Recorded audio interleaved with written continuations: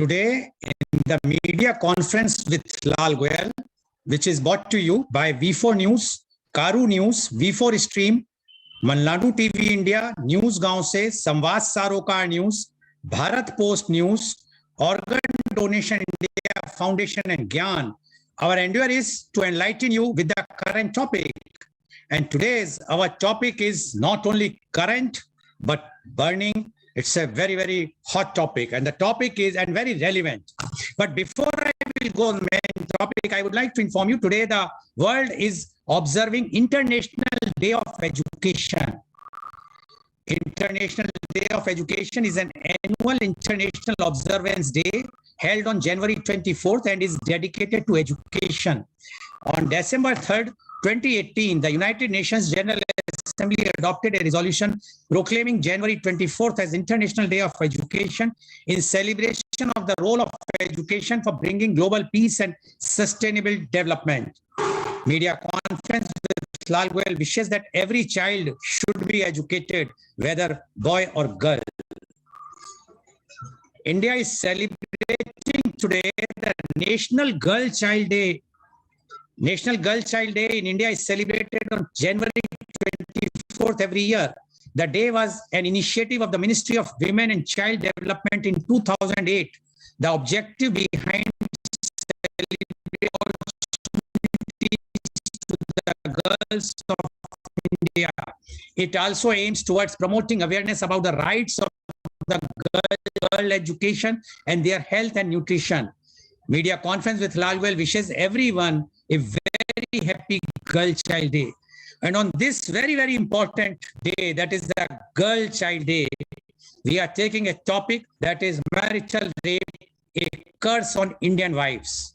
Rape is a type of sexual assault usually involving sexual intercourse or other forms of sexual penetration carried out against a person without that person's consent. The act may be carried out by physical force, coercion, abuse of authority, or against a person who is incapable of giving valid consent, such as one who is unconscious, incapacitated, has an intellectual disability, or is below the legal age of consent. The term rape is sometimes used interchangeably with the term sexual assault. Marital rape or spousal rape is the act of sexual intercourse with one's spouse without the essential element and need not involve physical violence. Marital rape is considered a form of domestic violence and sexual abuse.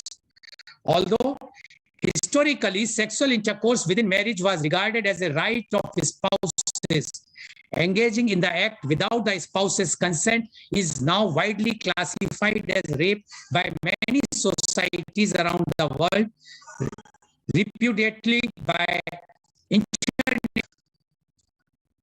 According to Hindu scriptures, no religious rites can be performed with perfection by a man without the patient is essential in any religious rite. Wives are thus called Ardhangni. They are supposed to be given not only important but equal positions with men. Being a part of the wedlock does not permit the man to forcefully have sex with his wife. The right to have sexual intercourse must be consensual and not an obligation of his wife. The wife should have the liberty to refuse to have sex with and cannot be compelled by her husband to do so. Even today, the law system in India does not recognize marital rape as a crime. On 6th August 2021, the Kerala High Court upholds marital rape as a good ground to claim divorce. The issue of sexual and domestic violence within marriage and a family unit, and more specifically the issue of violence against women, have come to growing international attention from the second half of the 20th century. Still, in many countries, marital rape either remains outside the criminal law or is illegal but widely tolerated. Laws are rarely being enforced due to factors ranging from reluctance of authorities to pursue the crime to lack of public knowledge that sexual intercourse in marriage without consent is illegal, Domestic violence in India is an established problem and it has increased in recent years. According to National Crime Record Bureau's NCRB, Crime in India's 2019 report, about 70% of women in India are victims of domestic violence. One such manifestation of this domestic violence is marital rape. Marital rape, the act of forcing your spouse into having sex without proper consent, is an unjust yet not uncommon way to degrade and disempower women. Today, marital rape has been impeached in more than 100 countries, but unfortunately, India is one of the only 36 countries where marital rape is still not criminalized. Even though many legal amendments have been done in criminal law for the protection of the women, the non-criminalization of marital rape in India undermines the dignity and human rights of women. The definition of rape codified in Section 375 of the Indian Penal Code, IPC, includes all forms of sexual assault involving non-consensual intercourse with a woman. Non-criminalization of marital rape in India emanates from exception 2 to Section 375. However, exception 2 to Section 375 exempts unwilling sexual intercourse between a husband and a wife over 15 years of age from Section 375's definition of rape and thus immunizes such acts from prosecution. As per current law, a wife is presumed to deliver perpetual conjugal relations. The concept of marital rape in India is the epitome of what we call an implied consent. Marriage between a man and a woman implies that both have consented to sexual intercourse and it cannot be otherwise. At present, the Delhi High Court is hearing multiple petitions challenging the exception to Section 375 of the Indian Penal Code, which exempts forceful sexual intercourse by a man with his wife from the offense of rape, provided the wife is above 15 years of age. The petitioners have challenged the constitutionality of the marital rape exception on the ground that it discriminates against married women who are sexually assaulted by their husbands. And to discuss this very, very relevant topic, marital rape, a curse on Indian wives, we have a very elite, knowledgeable panelists are with us. And I would like to invite my first panelist guest, and he's Advocate Ramesh Kumar Sharma. Advocate Ramesh Kumar Sharma is the chairman of 𝐂𝐀𝐑𝐔 Shiksha Bharati Senior Secondary School, Mathura. He is a leading lawyer of Western UP with more than 42 years of practice. He is regularly appearing in Supreme Court and different high courts, including Allahabad, Madhya Pradesh, Delhi, Andhra Pradesh, etc. He is extensively practicing constitutional, civil, and taxation matters. He is also rendering social services. He is secretary of 𝐂𝐀𝐑𝐔 𝐍𝐄𝐖𝐒 Trust, Mathura. He is founder secretary of Civil Lawyers Forum and president thereafter. Welcome, Advocate Ramesh Kumar Sharma on our show. Advocate Ramesh Kumar Sharma, I read the report, which clearly says that India is one of the 36 countries out of many other countries which is not having this law, which criminalize the marital rape, while 100 countries this is a criminal act. Now, already this case is going on in Delhi High Court, and the arguments are from the amicus is going on. But we would like to know your views on marital rape, a curse on Indian wives. Advocate Ramesh Kumar Sharma, please. Mr. Goel, today you have chosen a very sensitive topic. This topic is sensitive legally, emotionally, and socially also. It affects the life of person, family life of the person, and the complete social setup of our society. As you have said, this matter is being heard by a Honorable Delhi High Court nowadays, wherein this exception 2 of Section 375 has been challenged.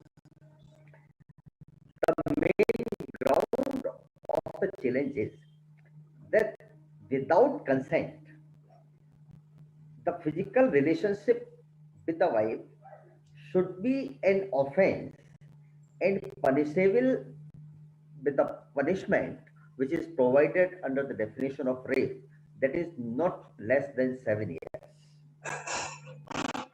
And the ground is that this breaches the right of freedom of a woman, which is a fundamental right. That is the main ground. This is correct that to some extent it is being said. Firstly, I would like to say that our fundamental rights are not absolute and they are subject to certain restrictions. Those restrictions may be by way of law or by way of social norms. Till now, legislatures have not permitted the law to enter into a bedroom of a married couple because of otherwise it may breach their another fundamental right, which is right of privacy. Now, two fundamental rights are there. The right of privacy of a married couple is also to be preserved, and right of freedom of a wife should also be given a proper weight. What I feel that this should be left to the married couple, and this bedroom behavior should be left for them to choose what they have to do. And it is further there should be expectation that both of them should respect the feelings of each other. Entering of law into the bedroom shall basically, I should say, it will ruin the institution of marriage itself. Because of this relationship of husband or wife, this is basis on the love and affection. And love and affection cannot be based on fear. This fear may be of law or any other law. In married life, both of them have a feeling to sacrifice for each other. And this sacrifice for the other spouse creates a love and affection in more of the quantity. And that strengthens their married life. So this feeling of sacrifice to each other must also be kept in mind. But what I have initially said, that if due to any reason, if any of the spouse is unwilling, then the feeling of that spouse must be respected by the other. But this behavior of bedroom should not be interfered by law at all. Law should not be permitted to enter into this bedroom of a married couple. If we see the fundamental right of freedom, then it is also limited. Extreme is not there. Social norms restriction is also there. And with regard to social norms, we like to say that marriage itself, it casts a duty on the married couple to cohabit and to go for the next generation. This duty is expected to be performed by both of them. During married life, both of them are having a legitimate expectation of cohabitation. This legitimate expectation cannot be said to be illegal due to any ground, even in spite of without consent. But what I am saying, that this consent must be respected. But consent should be respected. If one is not willing, others should respect it. But law should not be that. Now we have to differentiate two things: physical relationship in between the in married life and outside the married life. First, I would like to say outside the married life, the physical relationship is a social and moral evil outside the married life. But it is not illegal if it is being done by two adults with their free will. Now, it is only the consent of these two persons which which makes the physical relationship legal or illegal. Basis is the consent only. Now we come to physical relationship within married life. As I have said, it is the duty of the couple to have cohabitation. So such an act should not be criminalized at all.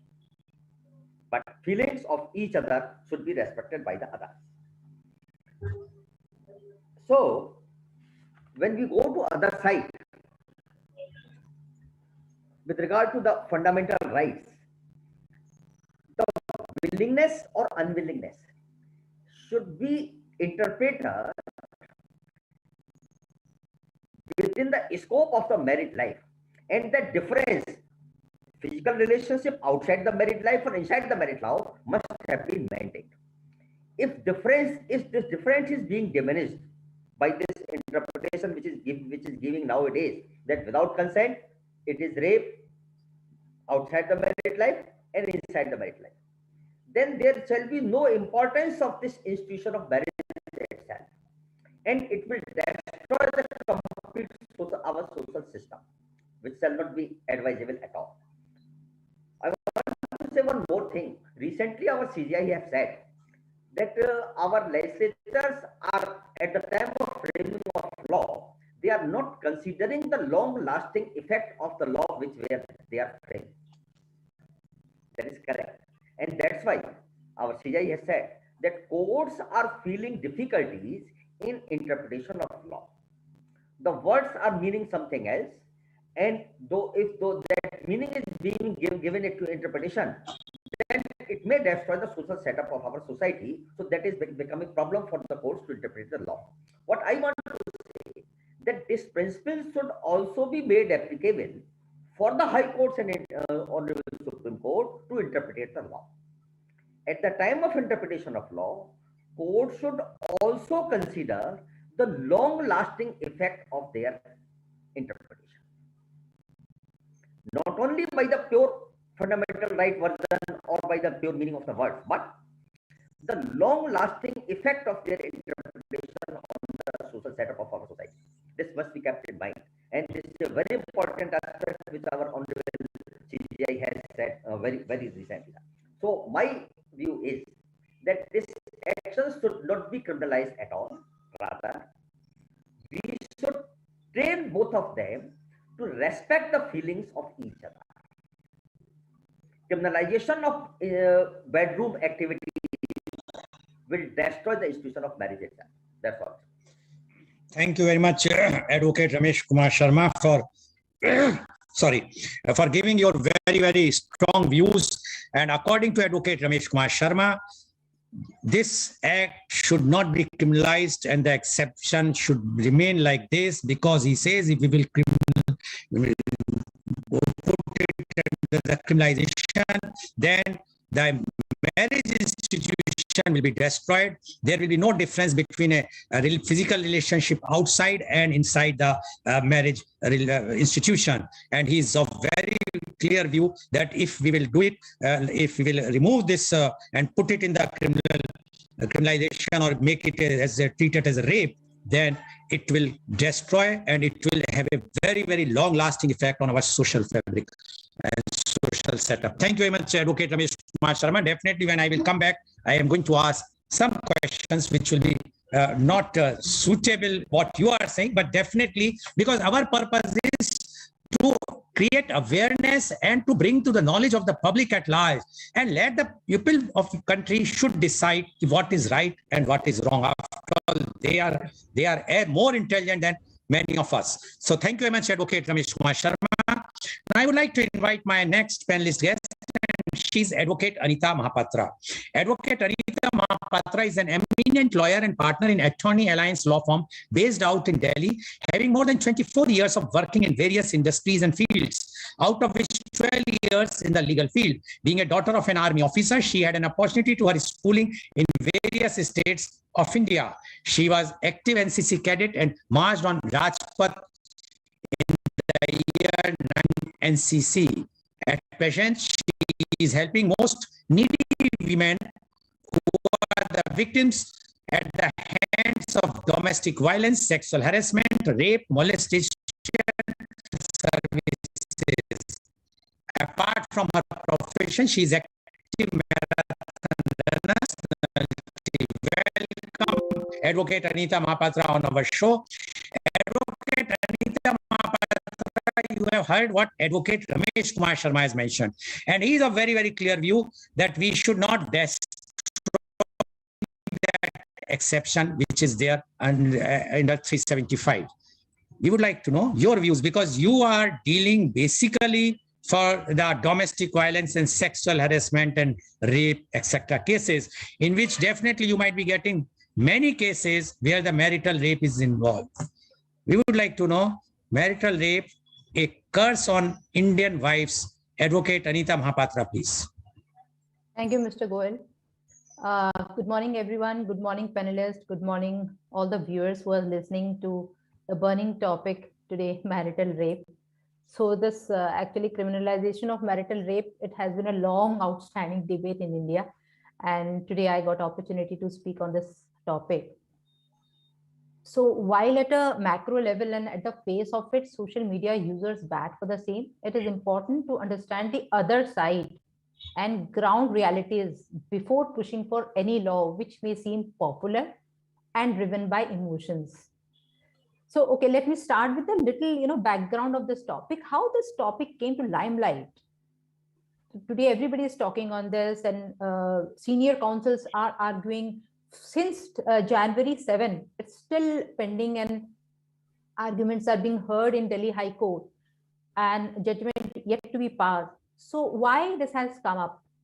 In 2017, Delhi High Court had agreed to examine the issue raised in PIL, which was filed by Advocate Karuna Nandi, who represented RIT Foundation and All India Democratic Women's Association, who sought striking down the exception in their Indian Penal Code that does not consider sexual intercourse with a wife as a rape, provided not less than the age of that wife should not be less than 15 years of age. Now let's understand what is exception in section 375, that is definition of rape. When rape is defined in 375, there are a lot of descriptions has been mentioned, like with her will, without her consent, with her consent, and blah, blah, blah. Many 7 descriptions are there. So exception 2 says sexual intercourse or sexual acts by a man with his own wife is not rape, provided age of wife is not under 15 years of age. So now this petition was seeking for setting aside of this exception in the rape law that protects husband, stating that it violates the right to equality, freedom, and to live life with dignity provided under Constitution. Now at that time, what Delhi government argued, they said that quashing this exception would lead to creation of an offense, which is a legislative job, and courts cannot create or legislate an offense. And what central government said, they also opposed this petition, stating that marital rape cannot be made a criminal offense as it would become a phenomena which may destabilize the institution of marriage and an easy tool for harassing the husbands. Now what happened? One NGO, they as an intervener represented this petition. They opposed this PIL, right, stating that married women have been given adequate protection under the law against sexual violence by their husbands. Now at that time, 2 division bench were there. One was Chief Justice Geeta Mittal and other was Justice C. Harishankar. So they posed various questions to these NGO who were representing as an intervener. So they asked whether their stand was that a husband has a right to perpetrate sexual offense on his wife, and could he force sex on his spouse? To this, these guys said in the negative way and said there were existing provisions, including domestic violence law, harassment to married women, unnatural sex, which provide adequate protection to a wife against sexual violence committed by the husband. However, they strongly also argued that no such protection is given to husbands as laws in India. They are gender specific and not gender neutral. unlike in most parts of the world. Now, these arguments remain inconclusive since July 2018, as that time Justice 𝐂𝐀𝐑𝐔 𝐍𝐄𝐖𝐒, she got elevated and transferred, and then the new bench did not sit, and then followed COVID pandemic. So now again, this bench has two judges, Justice Rajiv Shikdhar and Justice C. Harishankar. They are hearing this matter since January 7, 2022. Now they are hearing this petition challenging exception 2 in IPC, section 375, that protects men who have forced non-consensual intercourse with their wives for criminal prosecution under IPC section 375. Now, this exception in law was carved out to favor the conjugal rights of the husband and is based on a doctrine which believes a woman on marriage grants an irrevocable sexual consent to her husband. The courts are duty bound to protect citizens' fundamental rights. Well, court cannot sit in anticipation that legislature, which has enacted on various occasions modified the law, will take care of the law in future also. Though Delhi High Court during this hearing said that there can be no compromise about the fact that a woman has a right to sexual autonomy and right to say no, but again added that it would require an incisive approach to decide whether even a single instance of unwilling sex by a husband with his wife can be termed rape, which will then entail an imprisonment of 10 years. So HC has rightly said that there can be no compromise about the fact that a woman has right to sexual autonomy, bodily integrity, and right to say no. The husband has no business to compel her to a sexual relationship if she is not willing. Now see, is status of marriage sufficient to warrant denying a wife the ability to prosecute her husband of rape? Tell me, if the object was saving the institution of marriage, then wife would not have been able to prosecute her husband for anything.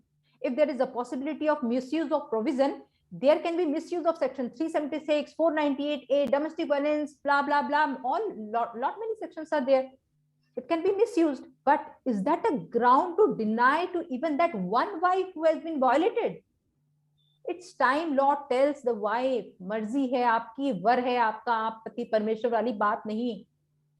In case the court decides to strike off the exception, he will come up with the suggestions to prevent the possible misuse of criminalizing marital rape.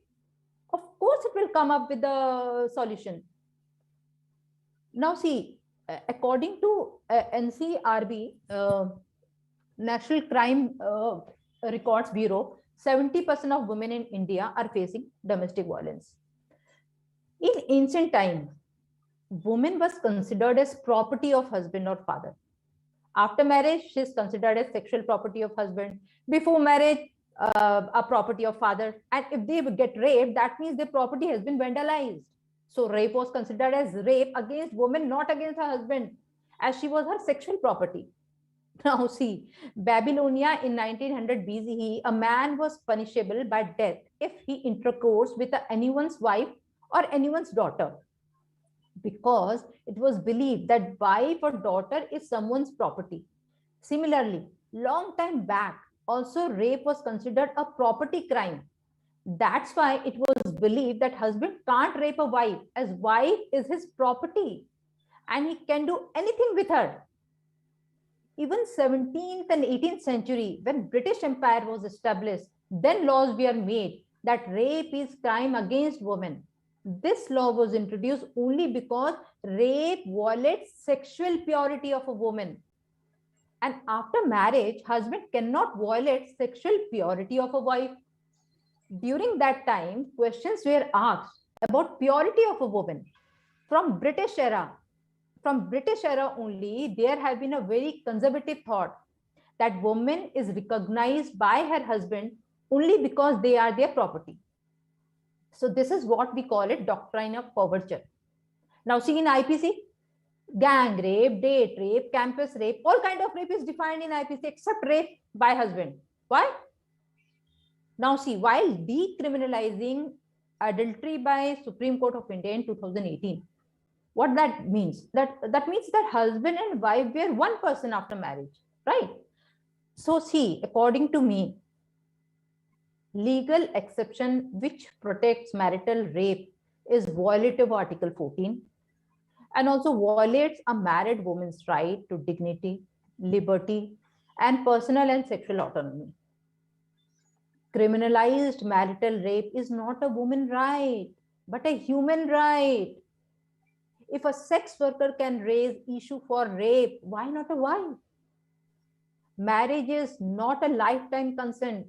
About 150 countries have criminalized marital rape. Only 36 countries haven't yet. India is one of 36 countries. Try to understand. It's not a man-woman debate. It's simply principle of consent, yes or no. And that consent is same for everyone, wife or anyone. Thank you so much. Thank you very much, Advocate Anita Mahapatra. I can understand the emotions because it's a very, very emotional and very sensitive topic. And the way you have presented and the way Advocate Anita has put it, she says that it's not a crime against women, it's a human crime, human. And when she says why, when everywhere in other countries, and she has corrected me that I was, as per my research, is 100, but now she says 150 countries has criminalized this marital rape, then why India is not allowing this? So she is of very, very strong views. According to her, this marital rape should be considered as a criminal act and the exception of 2 has to go. Thank you very much, Advocate Anita Mahapatra, for giving your views. And that is the beauty of our media conference, that we want that free and without fear, their expert views should come without any hindrance, without any tutu meme. We want public should understand what are the reality, what are the expert views. Thank you very much, Advocate Anita Mahapatra. Now I would like to invite my next panelist guest, and she is Advocate Avishi Dhaka. Advocate Avishi Dhaka is BA LLB Honors LLM. She is advocate in Supreme Court, New Delhi. She is a result-oriented professional with excellence in implementing training mechanism to deliver desired output, seeking assignments in learning and development with an organization of high repute. Her areas of expertise are ability to balance priorities and coordinate work effectively, leadership skills, excellent analytical skills, and aptitude for figures, ability to stay calm under pressure, can analyze large amounts of information, good written and spoken communication skills, client care skills, sound judgment, organized and efficient, good project management and team building skills. She was trained at Gurugram Cyber Crime Cell under Commissioner of Gurugram Police and Mr. Rakshit Tandon, cyber security expert, and dealt with police investigation in cyber crime cases, e-commerce crimes, social media crimes, website crimes, mobile crimes, email crimes, etc. Welcome, Advocate Avishi Dhaka, on our show. Advocate Avishi Dhaka, you have heard 2 views, one of Advocate Ramesh Kumar Sharma and another was of Advocate Anita Mahapatra. Both are of different views. Advocate Ramesh Kumar Sharma very clearly says that if this exception will go, it will ruin the marriage, institution of marriage and the piety of institution of marriage. While Advocate Anita Mahapatra is very, very clear and very strongly says that this exception should go because it's a inhuman and it's a crime, because earlier it was the girl or the lady was supposed to be treated as the property. Now she is no more. She is an individual as a man, all rights what man is enjoying. Now, we would like to know your views on marital rape, a curse on Indian wives. Advocate Avishi Dhaka, please. Yes, sir. Good morning and good morning to all my fellow panelists today. I heard the views, so that is why a lot has been discussed. What is marital rape? I will not discuss that. But I want to say that I am in favor of a law which will criminalize this marital rape. And I do not believe in being gender specific, although women are vulnerable and India is a big country with a lot of cultures and a lot of variety. So we cannot say the way we are empowered in big cities, we are empowered in all parts of India. So there's a big parity for us to reach. So we need a law, which is a marital rape law. To I know that it will destabilize the marital life of people or the society, but there has to be a law in protection of that, because this is not the first time we are discussing. It will also solve a need. When we see, because we are all lawyers, and we also know that people take divorce. There are many ways that people nowadays are having divorce openly. When you take divorce, there are grounds of divorce, and for that we say that there are many grounds that says that is incompatibility the main issue, or they are not able to live, or the boy is not able to maintain the wife for a long time, and now the priorities have changed. Maybe uh, they don't want to live in the same city or in the same country, or and the main reason is sexual satisfaction, or and the last one is the ability to procreate, maybe. So when we see that these kind of aspects, so they become the ground of divorce. If you do not want to do this, or you do not want to tolerate this, get out. But so far you have used the body of the female or the male, you cannot tell them to just get out from their life and be on their own. Is this not a fracture in the societal system? Are we doing it as a just feature? Because then you are forced to take this criminalized act in a legal manner, which has a legal protection to it, that if, even if you marry for the second time, there is no guarantee that this thing will not happen. So as a solution to it, but what if the law is made, rape marital law is made, so then the problem would be the burden of proof.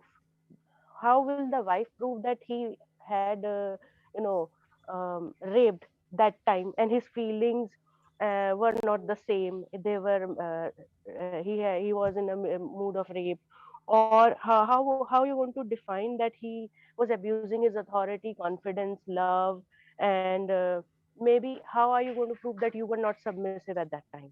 So each time you get intimate, you are not going to get into agreement that for on this day here, for this time we are getting romantic and we will now make love to each other with consent. So there cannot be defined thing for consent so properly, and there won't be witnesses to support that, because it is a bedroom behavior. So that might be challenging, but where people have a ground of divorce, in most of the cases, rare of the rarest, that they were abusing, and because of that their body had to suffer. They suffered mentally, they suffered so many loss of life, and personal liberty, freedom, and so on. But there has to be a law. Only then will the people understand, and some kind of we are talking about law, we should talk about life, how to live life with a spouse. That should be a matter of subject, or some kind of a training, psychological training, which should be given and taught at the college level, because at that time you are over 18 and quite mature enough that you might be marrying soon. So there has to be a mandatory subject for everyone, how to behave with your spouse, be you are straight, gay, lesbian, or whatever. But there has to be something that how should you behave with your partner, whether you marry or you don't, how to live with each other, how should you respect privacy and personal space of that person, and how should you treat each other's body, how do you get intimate, and so other things. No, just sex education at school level is not enough, which is not even done properly in most of the cases. So that kind of behavior is to be taught, at least like a mock or a drill. It is a mandatory thing. So how should we behave within our family? It is done in many Asian countries, so we should also have it. And for that, um, uh, about marital rape and the law, yes, it needs criminalization. And because there's a change in the society, suppose today I'm not married, but I will need someone that in future, if I marry someone and this kind of thing happens, of course the person needs some legal protection against this, so that you do not become a commodity. Or when people are equal, whether they're illiterate or literate, or they marry with whatever status, the other person doesn't get you to become their commodity or property, registered property. So because you will have some rights, which we say that it is a matter of fundamental right, and fundamental right cannot behave with privacy or get but it is not absolute. It is happening, the change is happening. If it can be for Aadhaar, then why not for marital rape? So this is my stand for it. Okay, thank you very much, Advocate Avishi Dhaka. And Advocate Avishi Dhaka has also supported that the criminalization should be allowed and the exception should go. And she says it's our fundamental right of a lady or woman, and it should not be allowed by misused, even if he's a husband, although she said it should be a gender neutral law for both, but and everyone has to respect each other. Although she also mentioned that it's a burden of proof is very, very difficult, how to prove it, because it's inside the bedroom and no witnesses are there. But still she says that it has to be done and it has to, exception should go. Thank you very much, Advocate Avishi Dhaka, for giving your views, and you have also supported. So right now, 2 views are in support for exception to go, and only 1 male view is for that it should remain. Now my question goes to Advocate Ramesh Sharma, because other panelists have not yet joined. They are one of the panelists is pleading in this particular case only. He says that he will be joining after some time. So if he will join, we will go to him once he will be there.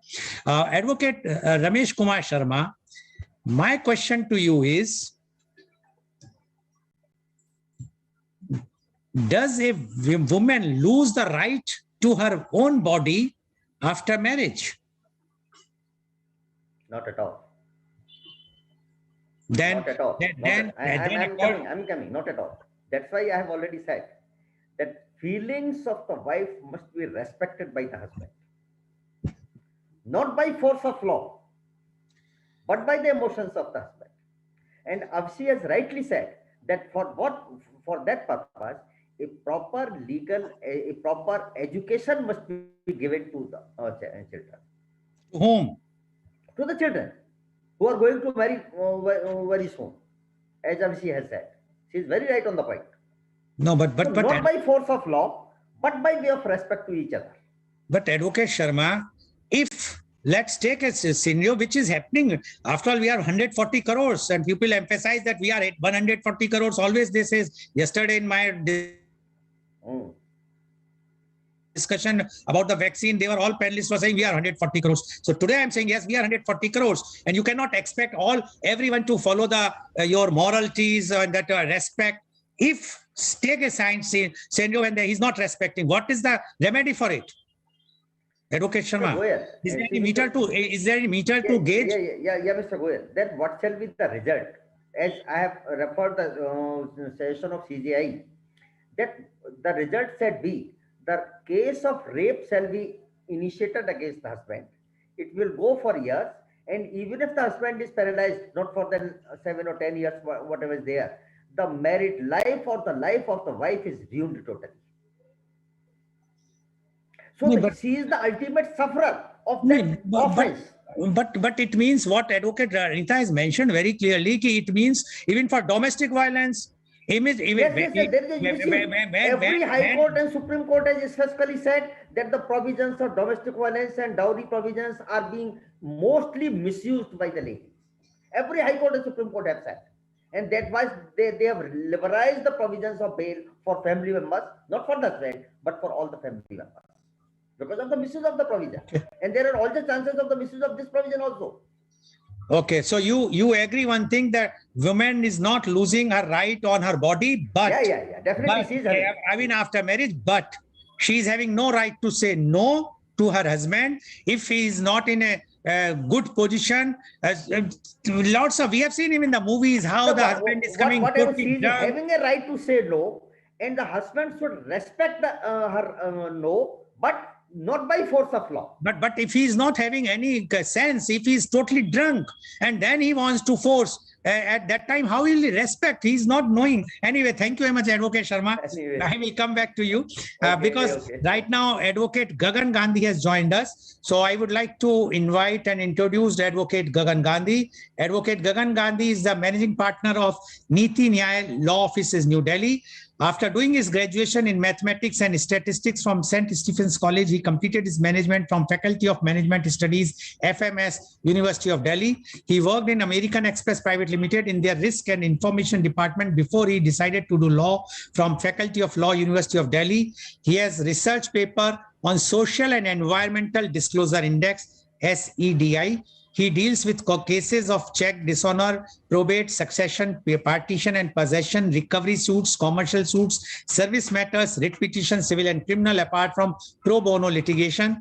He has worked extensively on Right to Information Act, relying on the same for seeking replies as an evidence and for inputs in the policy making. Welcome, Advocate 𝐂𝐀𝐔 Gandhi. And Advocate 𝐂𝐂𝐑𝐔 Gandhi also mentioned to me that he is going to plead in this particular case, which is right now going on in Delhi High Court. Advocate 𝐂𝐂𝐑𝐔 Gandhi, before you join the view, I will just tell Advocate Ramesh Sharma is of very, very strong view that this exception 2 of 375 should not be removed because he feels that then there will be no difference between the outside physical relationship and inside the marriage institution relationship, physical relationship, and it will ruin the marriage institution.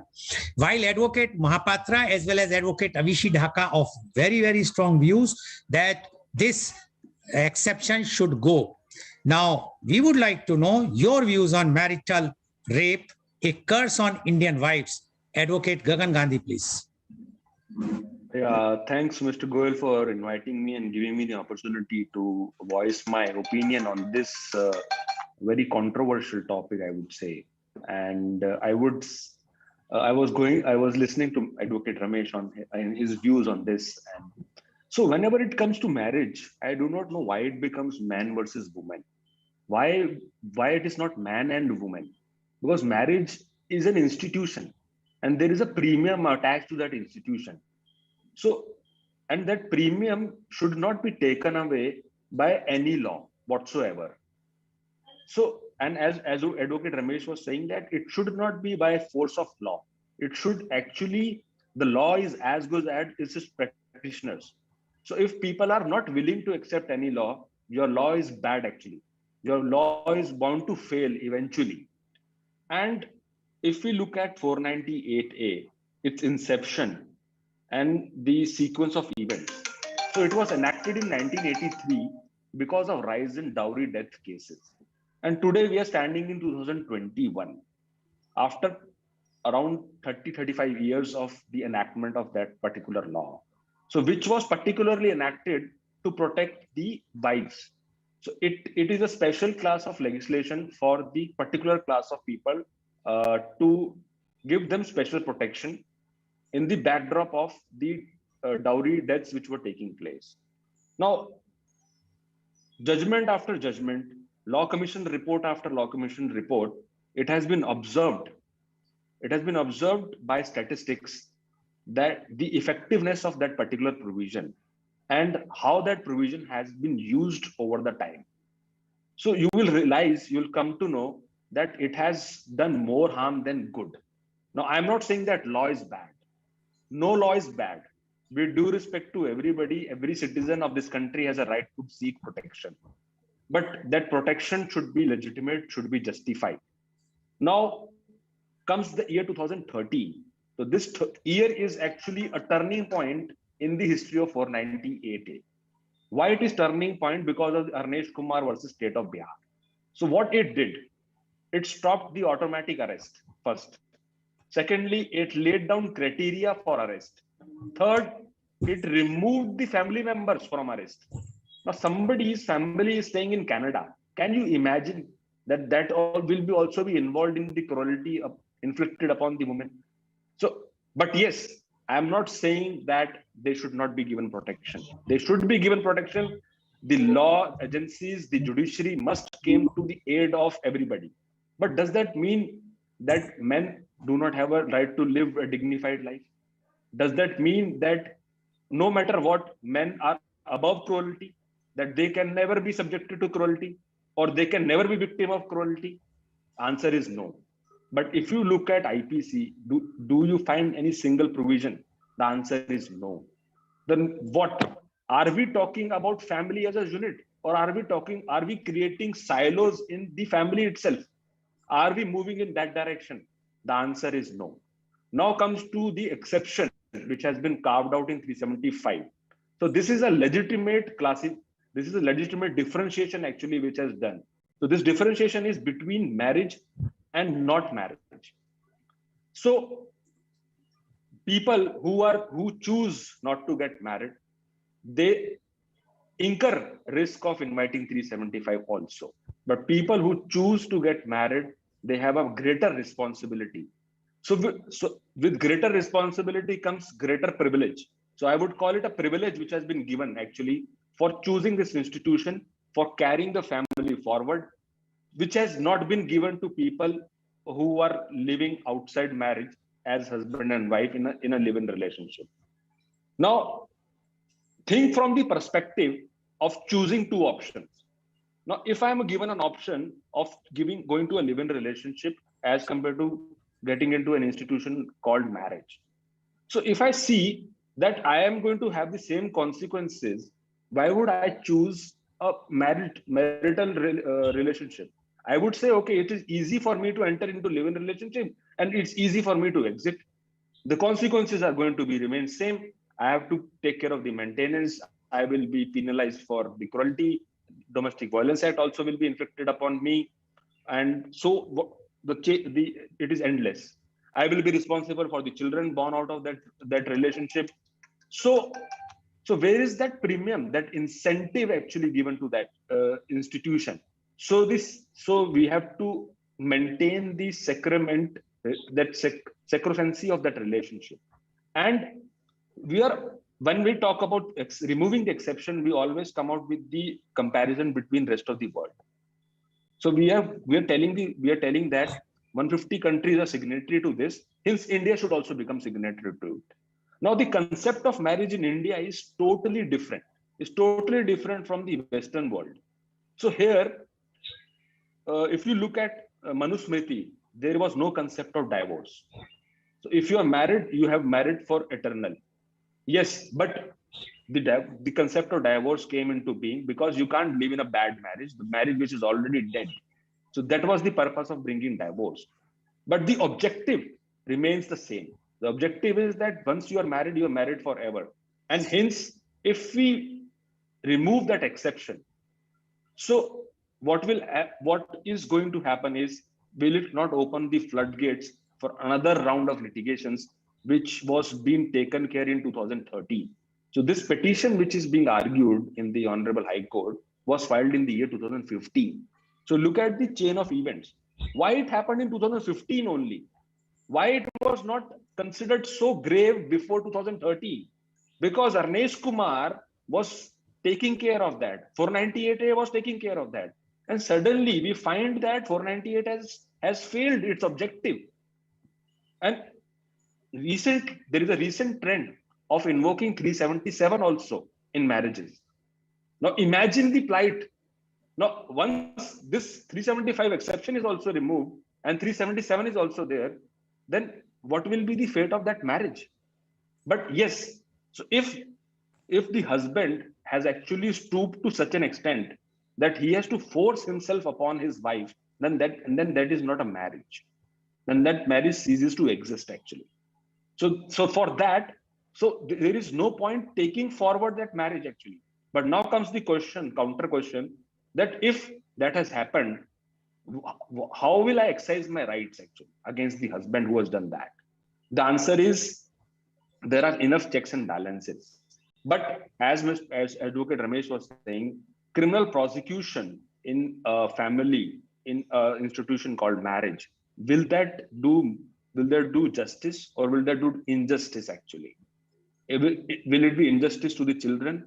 born out of the wedlock, will it be injustice to the wife also for prolonged criminal prosecution? The answer is yes. But yes, I'm not saying that the woman does not have the right to protect themselves. They do not have the right to live with dignity. The answer is yes. They have every right. And the no in marriage and anywhere else also, no means no actually. So, Advocate Gagan Gandhi, I just want to know one thing from you very clearly: whether you are, when you are impleading yourself, you are going to oppose this exception to be removed, or you are in favor to exception to be removed?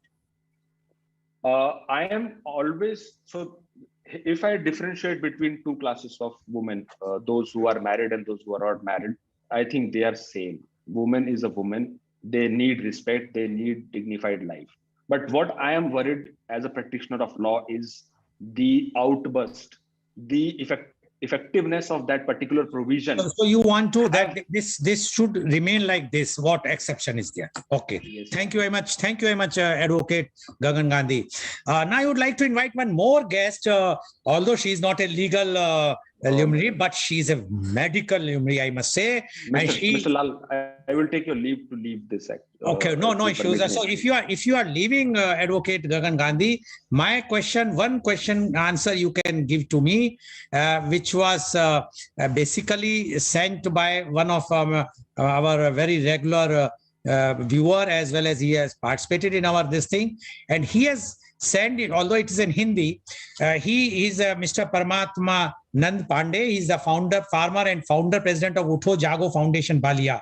He has given one chopai from Ramcharitmanas. Gautam Nari Shap Vash Upal Deh Dhari Dheer Charan Kamal Raj Chahati Krapa Karu Raghubir. And it means that isme they have shown the इसमें स्त्री की विवशता दिखाई गई है, क्योंकि उसकी देह शरीर को ही समाज महत्व देता है. Our society always give importance to the physical body of the lady, not her conscious, not her soul. And that's why the Vishwamitra at that time urged Lord Ram कि आप उनका उद्धार करो, नारियों का उद्धार करो. So when and that's why, if you remember, if you recall, that there was a stone which Ram Chandji touched and she has become the lady. So my question to you is, when at that time it was started, when they considered that the lady should not be treated only for a physical, for the body thing, their soul should be also given importance. Why now we are, or you, or Advocate Ramesh Kumar Sharma, or many consider still a object, a lady as an object, not as a human being? Advocate Gagan Gandhi, please. Yeah, so objectifying women and admiring her because of that thing only will be misplaced. So she's generator. She is responsible for giving birth. So she has special natural, I would say, instinct, and objectifying her only for this purpose or for the purpose of sexual activity would be actually demeaning the entire concept of marriage. So that is one aspect of marriage. That is not the entire aspect of marriage. So marriage does not give you only that dimension of life. That is, yes, that's a very important dimension of life. That helps you propel life, that helps you in progeny, and that is, but if that without companionship, so we are talking about soul, if that without companionship, then it is not going to last very long actually. Okay, thank you, Advocate Gagan Gandhi. You have to leave, otherwise I have many more questions. But thank you very much for joining and giving your opinion. Let's hope and wait for the result of what happened, what is the judgment. Although we know that this case will definitely go to the Supreme Court. Both the sides are so emotionally attached with this case, they will definitely take it. Thank you very much, Advocate Gagan Gandhi. Now I would like to invite Dr. Rashmi Kundapur on our show. Dr. Rashmi Kundapur is the Additional Professor, Department of Community and Family Medicine, All India Institute of Medical Sciences, Hyderabad. She completed MBBS in 2001 and MD in 2006 at JJM Medical College, Devangri, Karnataka with first class. She has more than 30 presentations in various state, national and international conferences. She is the editor for IAPSM, textbook of preventive and social medicine, published in 2019 and second edition in 2021. She has given more than 32 guest lectures and trainings. She was invited speaker for 3 international conferences and 8 national conferences and workshops. In 31st National Conference of 2004, she won Young Female Scientist Award. She was awarded Young Scientist Award by Kutch in 46th Conference in Manipal by Karnataka Association of Community Health in year 2011. In 46th National Conference of 2018 IAP SM, she was awarded Presidential Appreciation Award. In 47th National Conference 2019, she was awarded with Fellowship in Preventive and Social Medicine, FIAP SM. She has completed 3 funded projects as co-investigator. She has completed 7 funded projects as principal investigator and currently 1 ongoing. She was secretary for IMA Mangalore 2019 to 2020. Welcome, Dr. Rashmi Kundapur on our show. Dr. Rashmi Kundapur, before you join, I will just tell you that Advocate Ramesh Kumar Sharma has given very strongly view that this should not be considered, the marital rape should not be criminalized and it should remain as it is. Advocate Anita Mahapatra says no, it should be criminalized. Advocate Avishi Dhaka also says it should be criminalized, but it should be gender neutral. And Advocate Gagan Gandhi has very clearly says it should not be criminalized, and rather he is going to implead in this ongoing case at Delhi High Court. Now, yesterday when you were, I will like to inform our panelists that yesterday Dr. Rashmi Kundapur was in our show, and when she heard about today's topic, she messaged me. She says it's a very, very important and interesting topic, and she has written 3 papers on this. So definitely she wanted, and she was kind enough to give time to give her views. So the marital rape, a curse on Indian wives. Dr. Rashmi Kundapur, please.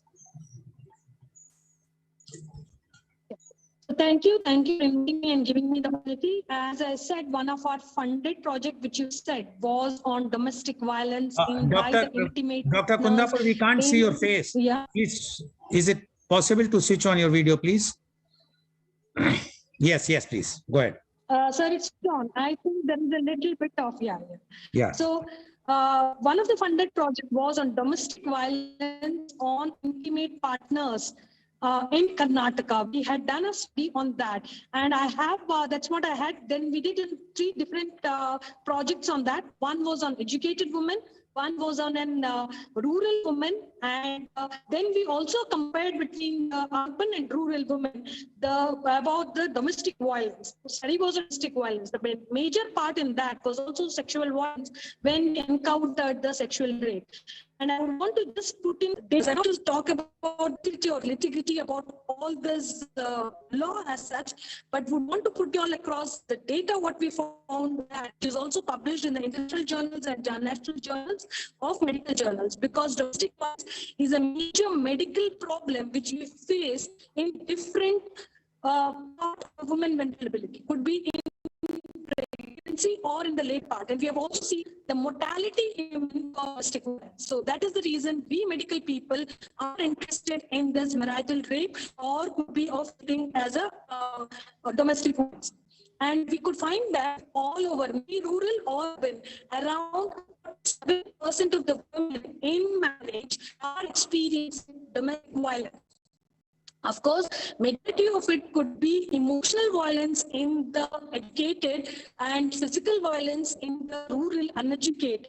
But we have found around minimum of 8% and maximum of 6% of women in marriage have marital rape. Sexual violence was so very common, and marital rape was very common. And this was found even in places like which was highly educated, and you could see also the educated ones were facing it as in early parts of marriage and in the late part of marriage. They have seen that marital rape is very common in the early part of marriage and in the late part. In mid part they may not, but still have in the late of marriage, where they do not have interest in the sex which has been forced on them or during early recently. And this was commonly seen, and majority of the time sexual violence was to teach the woman a lesson. And this was the reason given to them. What the reason for this sexual violence? Gave them some 20 reasons. What reason? Majority of them, that is around 82% of them, selected teaching the women as was they used to use as sexual violence in marriage as a lesson to them. So without marriage, within marriage is a whole concept. The majority of them, Dr. Kundapur, your voice is, Dr. Kundapur, can you hear me? Your voice is not clear. I think we would like to hear. I think some other devices are connected. Can you just see your network should be proper so that we can hear you? Your voice is not that clear. You are talking very, very this thing which we require our viewers to hear. Yes. If other devices are connected, please disconnect or change the network because we want to hear what you are saying is very, very important. Yes. Now, please try if we see that if it is improved. Sir, actually, today was that, and I'm in the OP. I'm trying to connect to the Wi-Fi is not working, and I'm on the mobile network. Yeah, please, so, please. So I think I'm back on Wi-Fi. Yeah, if you can join after 2 minutes after coming on the mobile. Is it yeah, please do that. Okay, thank you very much. Now, we will hear her views also. But now my question goes to Advocate Anita Mahapatra. Advocate Anita Mahapatra, my question to you is very, very clear. What is going to happen, which the reservation raised by Advocate Sharma as well as Advocate 𝐂𝐀𝐑𝐔 Gandhi, what about the misuse? Because we have seen the domestic violence, we have seen the 498A, how it was misused. And as Advocate Ramesh Kumar Sharma says that high courts and Supreme Courts says that it was misused more than the use. When this marital rape will come, because it's in the bedroom, no proofs, no witnesses are there. So tomorrow, if any lady would like to put any allegation and she would like to leave the married life or the marriage institution, she has just to file a case against the husband about the marital rape. It may take time, no problem, but she will get the money because the husband knows that there is no proof and it's very, very difficult to prove his innocence also. So what you say about that, Advocate Anita Mahapatra? Actually, the onus will always remain on the person who puts the allegation. So, as you said, it's a bedroom incident. How can a woman prove that she has been raped? Of course, a man also cannot prove that he is innocent. So these laws has been led time and again, like 498A has been misused. The new law has come up and new regulations and new judgment and guidelines has come up that they cannot prosecute all the members of the family apart from her husband.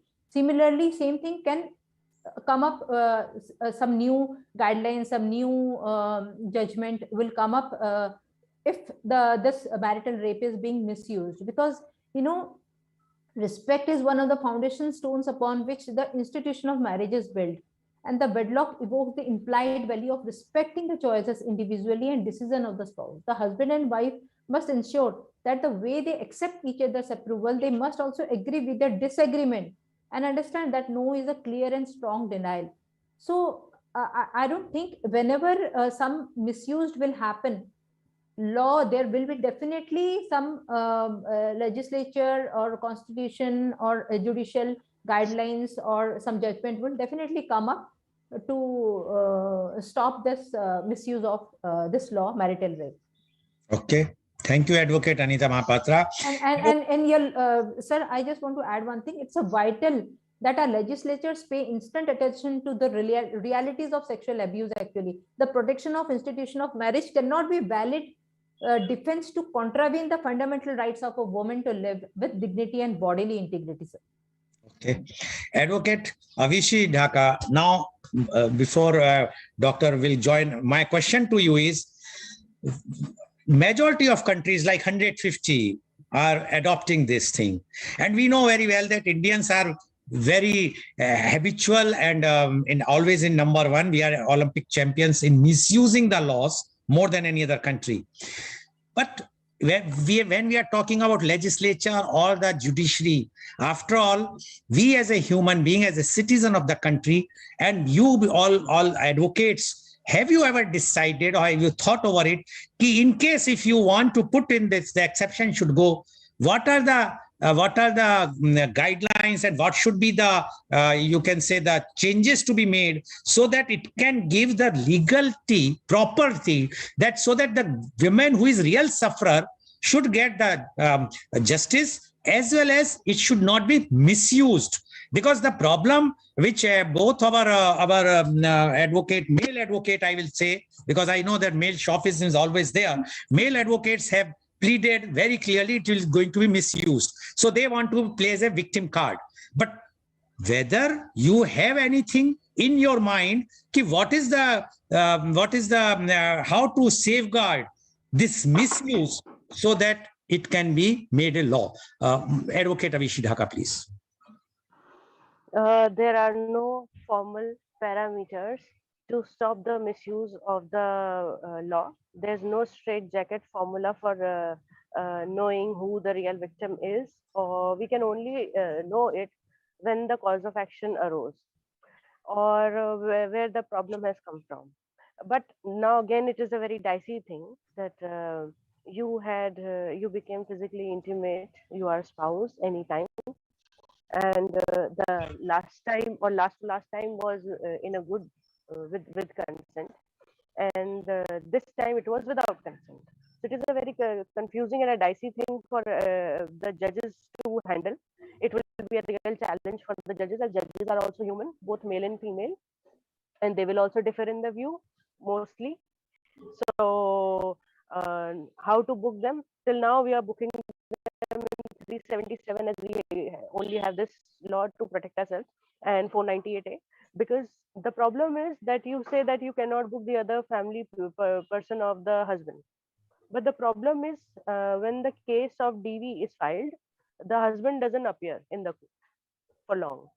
So to summon him and to until and unless you declare him for that he's running away from the case for 82 CRPC and something like absconder, until then, or you attach their property and you have to file a case against and book other people of his family.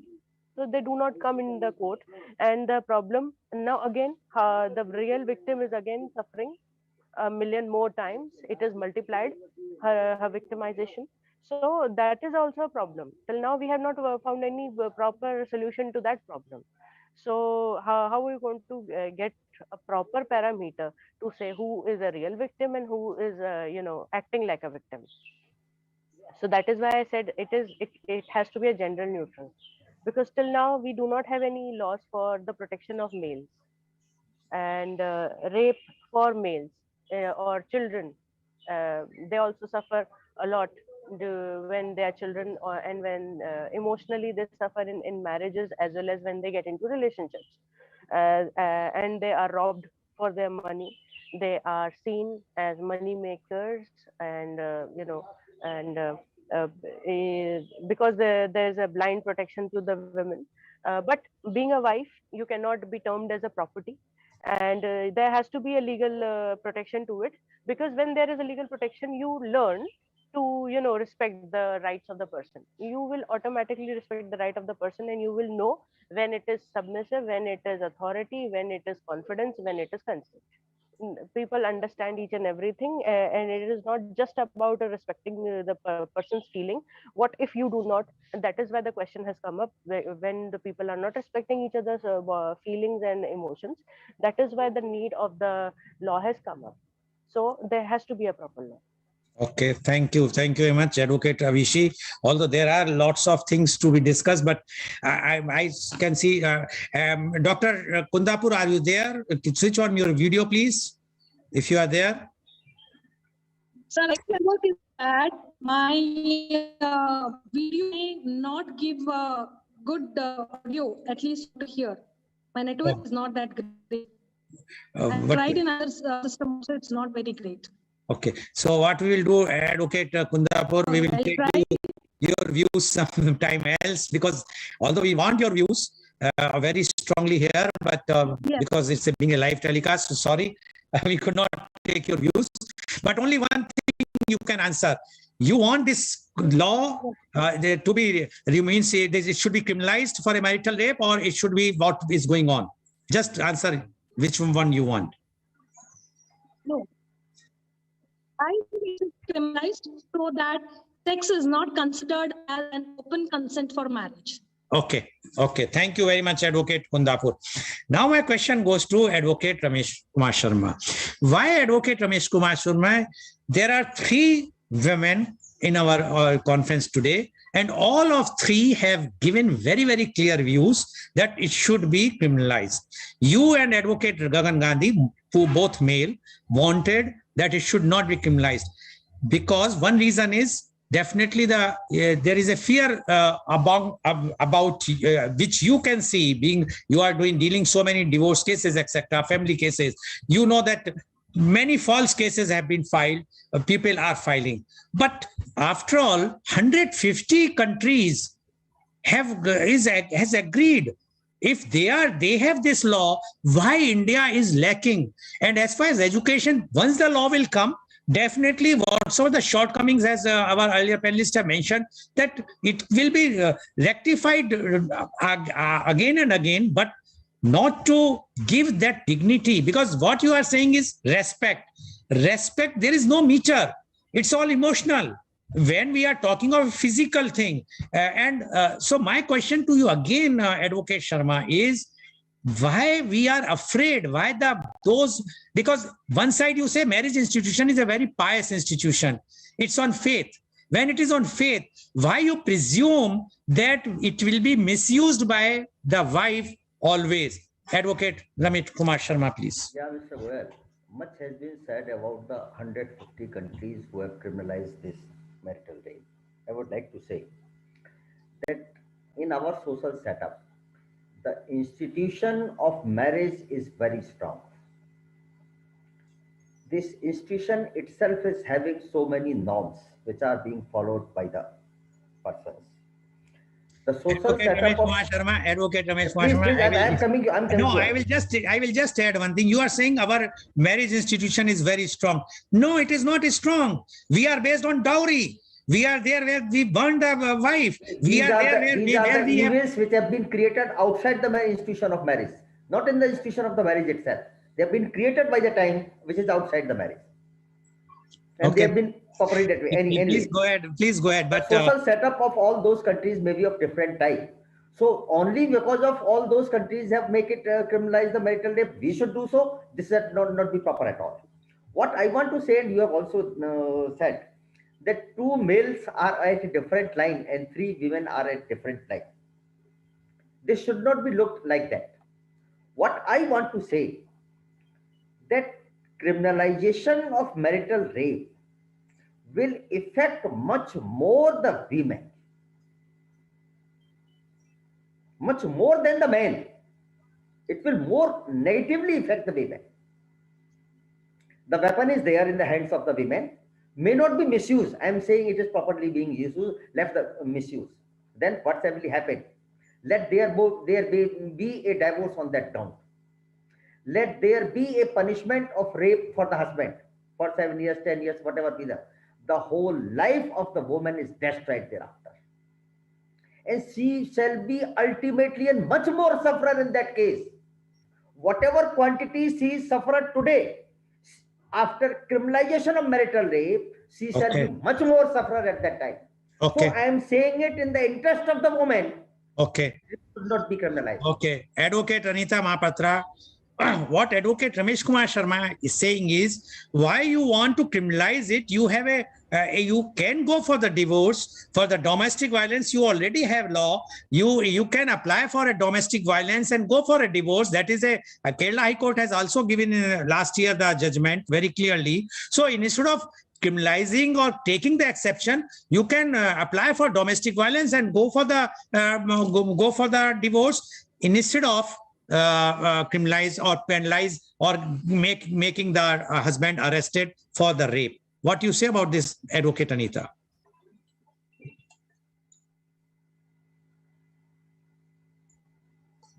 Yes, please.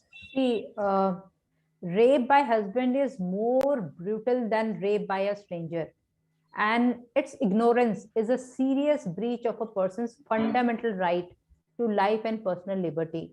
If you are saying that it can be raised in domestic violence, it is being raised. Sexual assault is also one of the ingredients or one of the criteria in domestic violence, also in 498A. But still, there is a special provision. There should be a special provision in IPC, and this exception should be repealed, according to me. Then only fair justice will be given to married women. Okay. Thank you, Advocate Anita. Advocate Avishi, you said that today someone have a relationship, a physical relationship, the husband-wife, and after 1 week again a physical relationship. And it's very difficult when earlier you have. My point is, don't you think the afterthought, after you have given a consent, you means that woman has given consent, have a physical relationship with her husband, afterthought, with some peer guidance or the parents' guidance of the from Micah, and she filed a case. Don't you think it's going to be disaster? Or otherwise, wife will keep husband on the toes of her sandal and say, if you will not do, I am going to file this case, because there is no proof. Domestic violence and other cases, dowry cases, you have to prove, because there are violence is used. So, but here there is no violence. It's something very intimate, and it's inside your one's bedroom. So my question to you is, chances of misuse are far more than the chances of use. Then why you are insisting for this, Advocate Avishi? So we are talking in casual manner, but there are people who are victims. Suppose a victim has to prove the marital rape. How is she going to prove it? By the medical or by some behavior changes? How is she going to prove it? It is a very difficult thing for her to prove. But it is a barbaric thing for a person, because the person is going to suffer mentally. The person cannot leave him, because now she's married and she has nowhere to go. At least there should be a law where she can book him properly, that listen, this is where you are, abusing your confidence, the marital structure of our family, and it is for the betterment for their children, because they must be watching that father comes and he's doing all these things, or threatening for all such things. If you do not come with me, or do not do whatever I say, then I'm going to find some other wife. So there has to be a proper and a codified law, at least for which may imprison the person for 7 to 10 years, because it is the need. People are vulnerable. Not everyone is sitting and you do not know when the time may change. So when the person may change. So depending on that, there has to be a proper law. And because there are not proper law, that is why the need rose, because people are not respecting each other's right, and not respecting emotions apart from the body. That is why the need arose for such a law. And that is why the other countries have made it official as a statutory law. And we are becoming a global citizen now. We are not just Indian, we are netizens. And we are globally going for education. We are living with each other. We are marrying each other. Yes, so yes. There has to be a law. Okay. Thank you very much, Advocate Avishi Dhaka, for giving your views. So viewers, you have seen today's topic is very, very sensitive, but it is connected with whom? Not with the politicians, not with the judiciary, not with the advocates. It's connected with the civil society, me and you, all. This is our responsibility. Why today the ladies or the women of the country are crying? Why they are asking for this marital rape to be treated as under the criminalization? Because of the lack of our civility in ourselves. So whose fault is this? After all, we also have our own daughters. We also have our sisters. We also have seen what our mothers have seen. Why? One side, we pray goddess We consider them as a goddess. And the other side, we treat them like this. After all, law is not everywhere. Law cannot do everything, but at least we can do. Till the time Honorable High Court or Delhi will give judgment, or the Honorable Supreme Court will give the judgment, at least all of us can change ourselves. We must educate the boys not to mistreat the girls, and in future they should give the respect to the wife more than anyone else. After all, a wife is coming from other family to your family, and if she's coming, a daughter-in-law is coming to your family, you must treat them as your own daughter. If you will start treating them as your own daughter, then definitely your son will also treat them as their own. And then only this problem can be sorted out. Definitely we'll wait for the judgment. But till that time, I appeal to all the civil society that please change your mindset up. One side we say we want to be global leader. 150 countries have already signed and we are not signing. Why? How we can say we are going to be wish guru? We cannot be a wish guru if we cannot respect our women folk in our country. Thank you very much. And today's program has been live telecasted by V4 News, Carunews, V4 Stream, Malnadu TV India, News Gaon se Samvad Sarokar News, Bharat Post News, as well as shown live on Facebook and YouTube. And in our endeavor to bring to you every day new topic in Media Conference with Lal Goel at 10:30 a.m. Tomorrow, Media Conference with Lal Goel at 10:30 a.m. The topic is Quad, QUAD, importance for India. As you might be knowing, there is an alliance made by the America, Japan, Australia, and India to face the power which is increasing of China, and that is called Quad. So we are going to discuss the very, very important topic, Quad, importance for India, and my panelists are Dr. C.V. Anand Bose, IAS, One-Man Expert Commission on Labour, Government of India, Ms. Vinita Hariharan, Public Policy Advisor, Government of India, Wing Commander G. Satyan, retired from Indian Air Force. So please tune in tomorrow for Media Conference with Lal Goel at 10:30 a.m. Thank you very much, Advocate Ramesh Kumar Sharma. Thank you very much, Advocate Anita Mahapatra. Thank you very much, Advocate Avishi Dhaka. And thank you very much, Advocate Gagan Gandhi, as well as Dr. Rashmi Kundapur. I am sure today's topic, very, very sensitive and very emotional, but very, very important. And all the viewers, thank you very much for watching our show. Please, if you have liked the topic, if you have liked what our speakers have said, at least try to implement those things in your life. Then tomorrow we will not like to discuss this point again. If the things will be changed, then no one will go and knock the door of law for the marital rape or domestic violence or any other things which is going to harm the dignity of the women folk in